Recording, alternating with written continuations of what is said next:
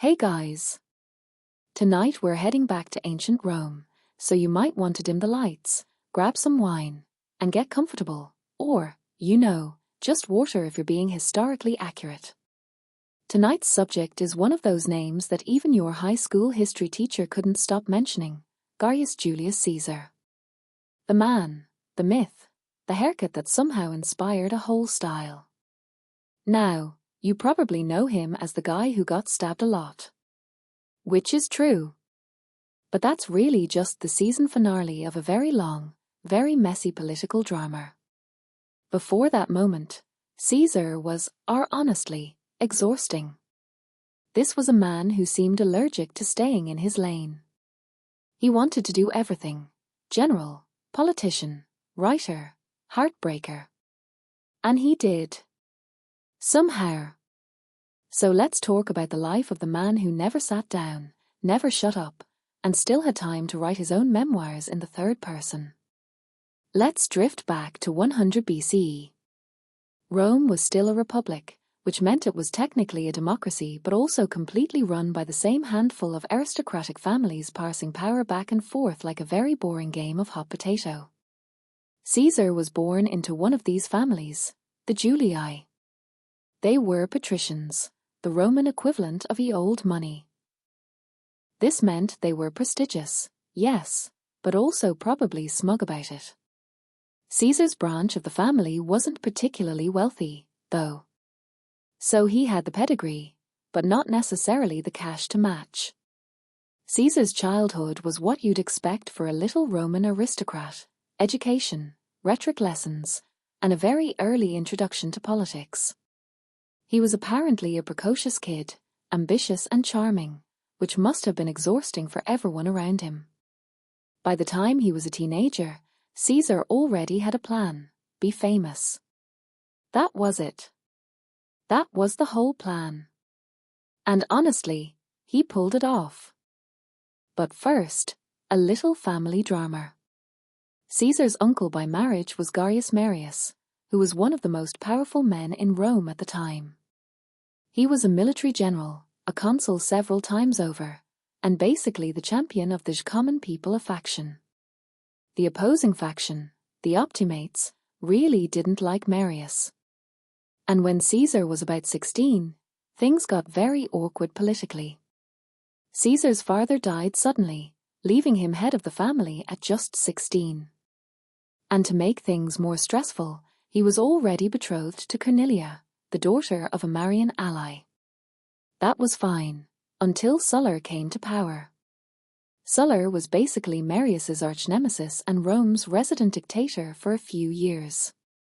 He ordered Caesar to divorce Cornelia, presumably because he wanted to humiliate him and break the Marian network of alliances. Caesar said no.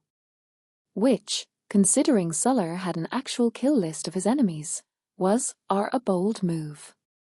Sulla stripped Caesar of his inheritance, took away his priesthood. He'd been made Flamen Deiles, a priest of Jupiter, as a teenager, and basically made his life very uncomfortable. Caesar did what any rational young Roman would do in this situation: he skipped town. So picture this: teenage Caesar, technically broke, wandering around the countryside, dodging assassins, and living off friends' generosity. Somehow, he survived this period and even did some military service in Asia Minor, because of course he did. This would be the first of many, many times Caesar turned adversity into a chance to add to his resume. One of my favorite stories from this period is when Caesar was kidnapped by pirates. Yes, pirates. This actually happened. They demanded a ransom for his release, and Caesar, in peak Caesar fashion, insisted they were asking too little.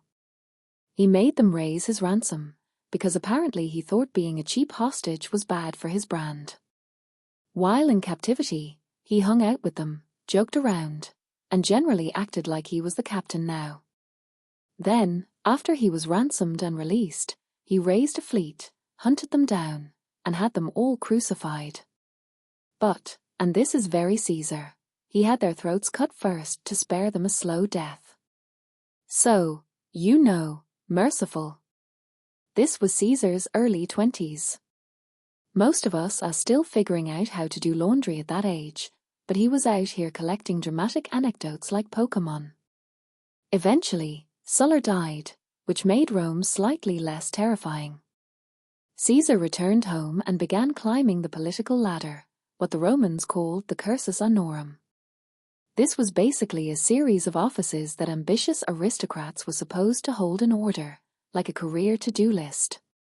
Caesar worked his way up, slowly but surely, all while building a reputation for being smart, persuasive, and extremely charming. Caesar's charm was legendary. He was known for his good looks, at least by Roman standards. He was tall, slim, with sharp features, and famously careful about his appearance. He wore his toga just so, kept himself clean-shaven, and, fun fact, combed his thinning hair forward to hide his bald spot. Yes, the comb-over is ancient. Caesar might have even started the trend. But charm alone wasn't going to get him all the way to the top. He needed alliances, and Caesar was very good at building those. He got elected quaestor, then aedile, offices that gave him opportunities to throw games and public festivals. And Caesar did not hold back. He spent lavishly, putting on massive spectacles to entertain the Roman people. He went so far into debt that it worried his friends, but it worked. The people adored him. Caesar was basically running the ancient equivalent of a popularity campaign, and it was going well. He became Pontifex Maximus, the chief priest of Rome, which was a huge political and religious position. He then went on to become praetor, and eventually got himself a governorship in Spain, where he did what Caesar always did, went to war. Military command suited him. He proved himself an effective general, earned the loyalty of his soldiers, and, very importantly, earned enough money through conquest to finally pay off all those debts he'd racked up throwing parties. So now he was rich, popular, and battle-tested. Exactly the kind of guy the Roman Senate found terrifying. So, we left Caesar at the end of part 1, popular, rich, and probably feeling pretty smug about it. He'd paid off his debts, built his resume, and proven he could handle himself in battle. At this point, he was ready for the political big leagues, the consulship. The consulship was the top office in the Roman Republic. 2 consuls served at the same time, like a very dysfunctional buddy cop duo, and each one could veto the other. Getting elected consul wasn't easy, and Caesar had plenty of enemies who didn't exactly want him in charge. But Caesar had one of his signature skills, cutting deals.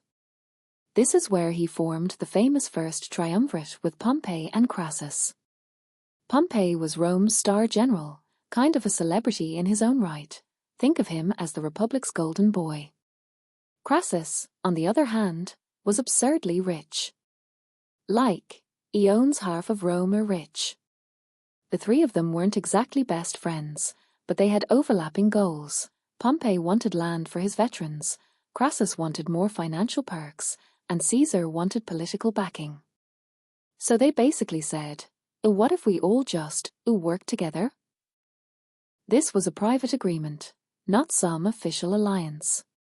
But it worked like a charm. With Pompey and Crassus behind him, Caesar easily won the consulship for 59 BCE. And Caesar's year as consul was, unsurprisingly, a circus. He passed a bunch of popular laws, bulldozed opposition, and made sure everyone remembered that Julius Caesar got things done. He even married off his daughter Julia to Pompey to make the alliance more personal. This sounds like a sweet family gesture, but it was really just politics. Still, by all accounts, Julia and Pompey actually liked each other, which is more than can be said for most Roman political marriages. When his year as consul ended, Caesar wasn't about to just go sit quietly in the Senate. No. He secured himself a long-term governorship over Cisalpine Gaul, Transalpine Gaul, and Illyricum, basically northern Italy and parts of southern France. This gave him control over several legions and plenty of opportunities to go conquer something. which he did. Welcome to the Gallic Wars, Caesar's greatest hits album. Over the next 8 years, Caesar marched all over Gaul, modern France, Belgium, a bit of Switzerland and Germany, conquering tribe after tribe. He fought the Helvetii, the Nervii, the Veneti, basically anyone who looked at him sideways. Caesar's own account of these wars, the Commentarii de Bello Gallico, is one of the most famous pieces of propaganda in history. He wrote about himself in the third person, which somehow makes it sound even more dramatic. Caesar did this. Caesar did that. It's like if your Instagram captions were just your own name over and over. But the Roman public ate it up. These wars were brutal, but they made Caesar rich and gave him a battle-hardened, fiercely loyal army. And loyalty was key, because while Caesar was off conquering Gaul, politics back in Rome were getting messy. Pompey and Crassus had a falling out, because of course they did. Crassus decided he wanted his own shot at military glory and went off to fight the Parthians. Unfortunately for him, this did not go well. He was defeated and killed at the Battle of Carrhae, and legend has it that the Parthians poured molten gold down his throat. Which is, you have to admit, a pretty on-the-nose way to kill the richest man in Rome. With Crassus gone, the triumvirate was suddenly more like a duo, and then Julia, Caesar's daughter and Pompey's wife, died in childbirth. This broke the last personal tie between Caesar and Pompey, leaving them as increasingly wary rivals. Back in Rome, Pompey started siding with the Senate's conservative faction, the Optimates, who really wanted Caesar to come home, without his army. This was a big deal. Under Roman law, generals weren't allowed to bring their troops into Italy proper. If Caesar came home as a private citizen, he'd probably be prosecuted by his enemies for all sorts of supposed illegal acts during his consulship. And Caesar, as you might expect, was not into that idea. This is the part where the tension starts to feel like a slow-motion car crash. Everyone could see it coming. The Senate ordered Caesar to disband his army. Caesar asked for a compromise. He'd give up his command if Pompey did too. Pompey said no. So Caesar made a choice, one that would change Roman history forever. In 49 BCE, he crossed the Rubicon River with his army, effectively declaring civil war. According to later sources, he said the famous line, "Ere the die is cast." Though honestly, whether he actually said it or not doesn't matter. It was the vibe. What followed was a surprisingly quick and relatively bloodless takeover. Pompey and most of the Senate fled Rome rather than face Caesar's legions. Caesar entered the city and took control, presenting himself not as a tyrant but as the savior of the Republic. But Pompey wasn't done. He regrouped in Greece with his own forces, and the stage was set for the next phase, a massive civil war. Caesar would spend the next several years chasing Pompey, fighting battles from Spain to Greece to Egypt, and generally acting like the most overbooked man in history. So, we left off with Caesar having just crossed the Rubicon, which is the ancient Roman equivalent of pressing a send on a very risky email. The civil war had officially begun, and Caesar now had to do what he did best, move really fast and confuse everyone around him. First stop, Spain. Because that's where Pompey's supporters had gathered their forces. Caesar marched his army there, won a quick campaign, and then turned back toward Italy to deal with the main event, Pompey himself. Pompey had the Senate's backing and a huge army waiting in Greece. This should have been a nightmare for Caesar, but if there's one thing you'll notice about him, it's that he thrived on chaos.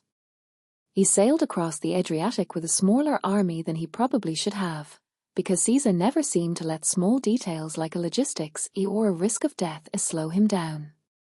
The two forces finally met at the Battle of Pharsalus in 48 BCE. Pompey had more men, more cavalry, and technically the upper hand. But Caesar had experience, discipline, and the kind of charisma that made his soldiers follow him anywhere, even when it looked like a terrible idea. And against the odds, Caesar won.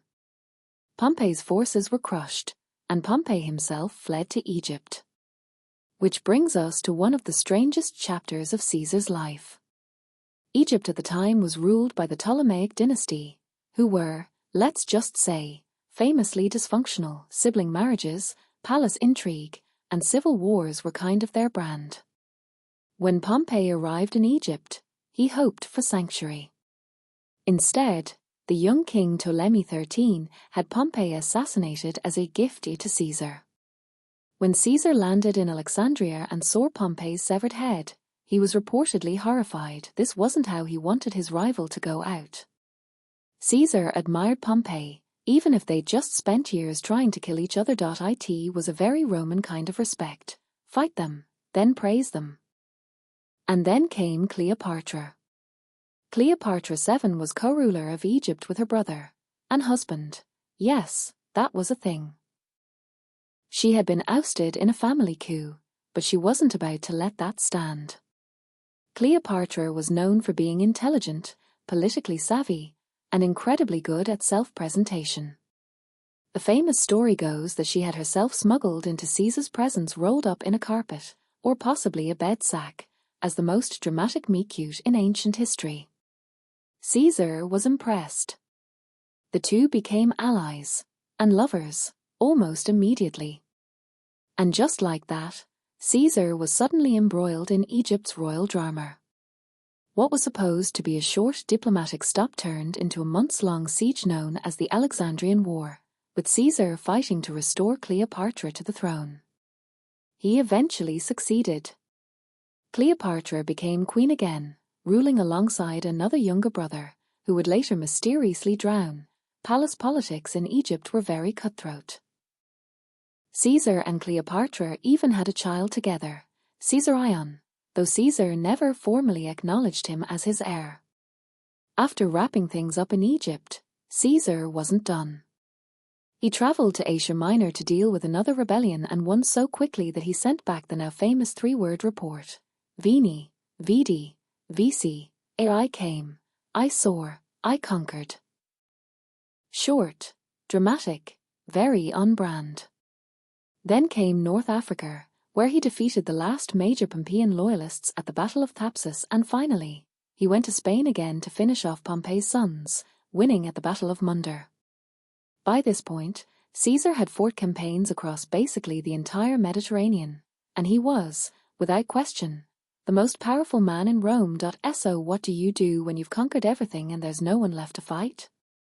If you're Julius Caesar, you come home and make yourself dictator for life. Now, dictatorship in Rome wasn't necessarily seen as a bad thing, at least not at first. It was a constitutional office meant for emergencies. But for life he was new. That was a little suspicious. The Senate named him Dictator Perpetuo, gave him a golden chair, let him wear purple all the time, which was basically a royal color, and generally showered him with honors. And Caesar, for his part, got to work. He reorganized the calendar, creating the Julian calendar we still use today, more or less. He planned huge public works, reorganized the Senate, and even started drafting plans to invade Parthia, probably to avenge Crassus, and also, because he liked conquering things. But not everyone was thrilled about this whole one-man running the show situation. A lot of senators were deeply uncomfortable with how powerful Caesar had become. Some were worried he would make himself king, a title Romans absolutely hated ever since they overthrew their monarchy centuries earlier. And this is where things start to get quietly tense. Caesar seemed untouchable, but the resentment was there, simmering under the surface. Which brings us right up to the Ides of March. So, we floated with Caesar all the way from ambitious teenager to world conqueror, calendar fixer, and man who got way too many honors. At this point, he's basically running Rome single-handedly, which is either very efficient or very scary, depending on how you feel about one-man rule. And a lot of senators felt very, very scared. Now, Caesar wasn't helping matters. He was flaunting his power in ways that made the Senate extremely twitchy. For example, he let himself be appointed Dictator Perpetuo, a dictator in perpetuity, which might as well have been engraved with the words "Don't worry, this isn't a monarchy" in Comic Sans. He also accepted statues of himself in temples alongside the gods. And during public festivals, he sometimes wore a laurel crown, which was a nice look, but also probably a convenient way to cover his bald spot. And then there was the whole maybe he wants to be king rumor. Rome had a complicated relationship with monarchy, mostly that they hated it. Ever since the last king was kicked out in 509 BCE, being accused of wanting a crown was basically the worst PR scandal you could have. At one point, someone in a crowd supposedly offered Caesar a diadem, a kind of crown, during a public ceremony. He turned it down. Then it happened again. He turned it down again. Which sounds humble, but it also kept the conversation going. Was he refusing because he really didn't want to be king? Or because he wanted people to beg him harder? Either way, it wasn't putting the Senate at ease. Enter the Liberators, a group of senators who decided they were going to solve this little a problem in the most dramatic way possible: assassination. The conspiracy was led by Brutus and Cassius, both of whom had personal and political reasons to resent Caesar. Brutus, famously, was rumored to be Caesar's illegitimate son, though that's almost certainly gossip invented later. What matters is that Brutus had been pardoned by Caesar after fighting against him in the Civil War, so this was very much a case of biting the hand that spared you. The conspirators chose the Ides of March 15th 44 BCE, for their big moment. Caesar was scheduled to attend a Senate meeting at the Theatre of Pompey, which is already a little poetic. Meeting in Pompey's building. The man Caesar had defeated. The symbolism was strong. Now, the night before, according to ancient writers, Caesar's wife Calpurnia had a bad dream about his death and begged him not to go. Caesar considered staying home.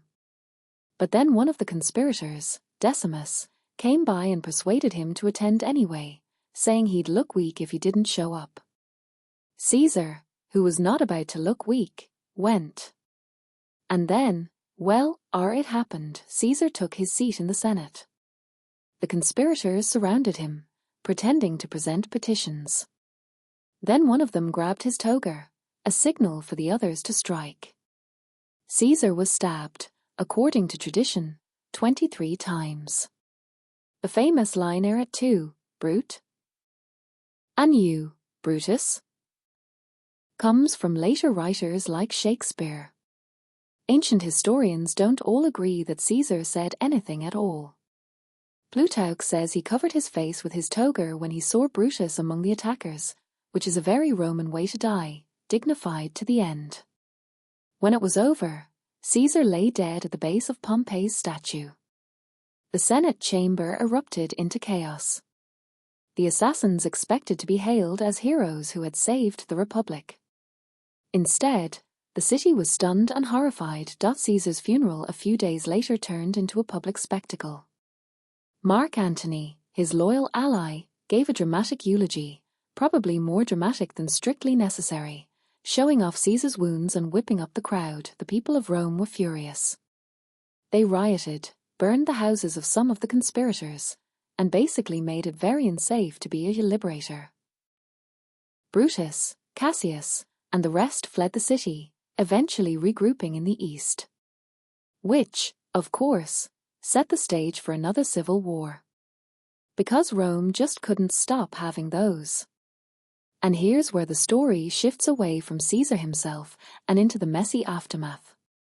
His will was read, leaving money to the Roman people and adopting his great-nephew Octavian as his son and heir.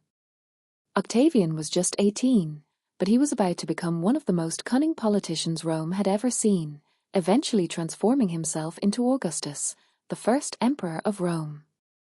So, in a way, Caesar's death didn't save the Republic at all. It just paved the way for something completely new, an empire. Caesar didn't live to see it, but his name became synonymous with power. In fact, as Caesar it became a title. German a Kaiser and Russian a Tsar a both come from his name. And that's the strange, sleepy legacy of Gaius Julius Caesar. A man who went from broke teenager on the run to conqueror of Gaul, lover of Cleopatra, dictator of Rome, and ultimately the guy whose assassination made the republic he claimed to save collapse even faster. So the next time you see March 15th on the calendar, maybe give a little nod to Caesar. He might not have made it past that date, but he did leave behind a calendar that still tells you when it's coming. And with that, we can finally put Julius Caesar to bed, literally. Dim the lights, close the history book, and try not to think about just how exhausting it must have been to live in ancient Rome. Good night, and thanks for making it through the entire story.